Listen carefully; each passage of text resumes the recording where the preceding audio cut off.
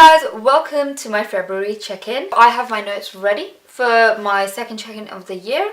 As you guys know, I have several categories and a spreadsheet where I arrange all my expenses, and I'm going to go through each category individually. So the first category is experiences. This is turning out to be one of my more expensive categories. So experiences cover coffees with friends, a massage and those kind of things. I spent £150 on experiences. The bulk of it went on three things. One was my South Bank membership. I'm a member of South Bank with my best friend, and it's the place where we go. We have a drink every week and it's just our thing.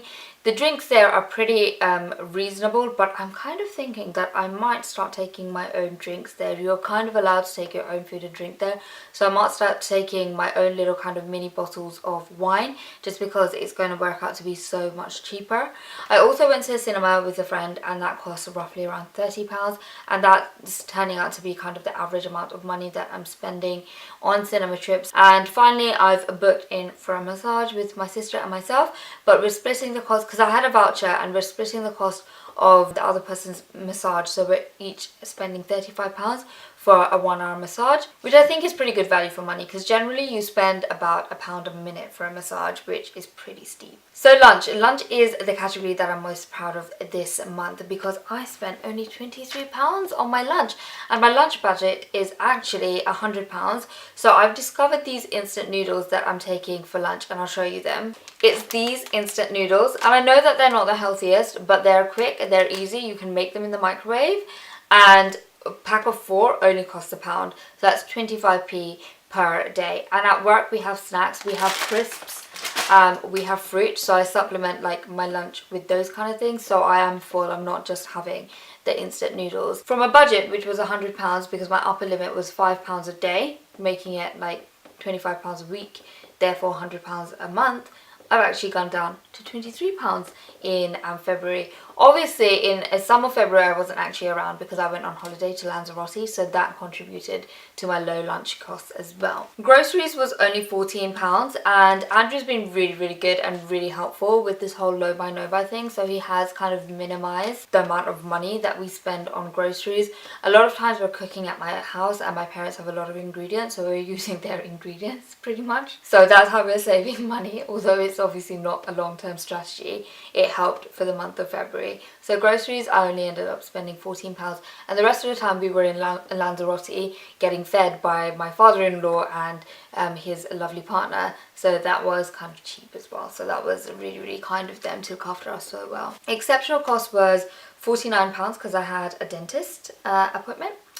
And then travel is so expensive. I complained about it last month, probably going to complain about it every single month because it was nearly £200. Bills were quite expensive as well because I pay for Sky, my gym membership, my mobile phone, and I'm still paying off my laser eye surgery. This entire month I spent around £1,000, and £500 of that was unavoidable stuff. Essentially bills and travel cost about like £500. I'm kind of living on £500 stuff that I could possibly cut out. Now I don't know if I want to cut those out. That would mean like not going out at all, and that's just a bit too extreme. My holiday, I also spent money on my holiday. I spent around £250. We were there for 4 days. We didn't need to pay for our stay because we were staying with my father-in-law and his partner, so that was really good. But we paid for food when we were eating out and stuff, and we paid for, what did we pay for actually? I can't remember because they spoiled us so much and they looked after us so much. What did we pay for? I think it was just like bits and bobs, and you know, that holiday spending. Maybe I should have like kept a bit of a tally. I kept a bit of a tally when I was there, but I can't really remember. I think one was like a big meal that we paid for the family, and another might have just been, yeah, I think it was mostly meals out, to be honest with you. I think that's where the majority of our money went. We didn't really buy clothes or souvenirs or anything like that, so it was like mainly eating out. So my takeaway again from this month is that it's expensive to live. I think when I first started the whole low buy no buy thing, I thought that I could live on like £600-700, but it's never, like my bills are £500, so it's not really quite working out that way, which is fine because these bills are unavoidable costs. But it's just made me think like, wow, it costs a lot to live, and maybe next time I won't go in for such huge commitments. I definitely want to cancel my Sky bill when Andrew and I live together, so we're not going to have cable. That's one thing that we are certain about because it costs far too much money. I'm glad that I did my laser eye surgery. It completely has transformed my life, but man, will I be happy to stop paying that £170 a month. It's a very short kind of a check-in today.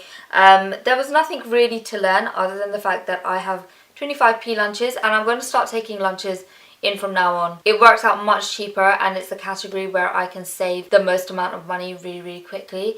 I don't have any holidays or anything planned in March, so that might be a really good month in terms of maybe going under the £900 because this month I spent like 996, so just under £1,000. So maybe I can be under the £900. That would be really good. I don't have any birthdays, so no gifts and stuff to buy. April is going to be super expensive because I'm going to Bangladesh. I've got like separate budgets and costs for that because we're having a wedding over there as well. Maybe April won't be that expensive because I'll be in Bangladesh most of the time spending the money that I've allocated to it. But I will keep you abreast as always. And thank you so much for following me on this journey. As always, please make sure to subscribe to my channel and like this video, and I'll see you next time. Bye!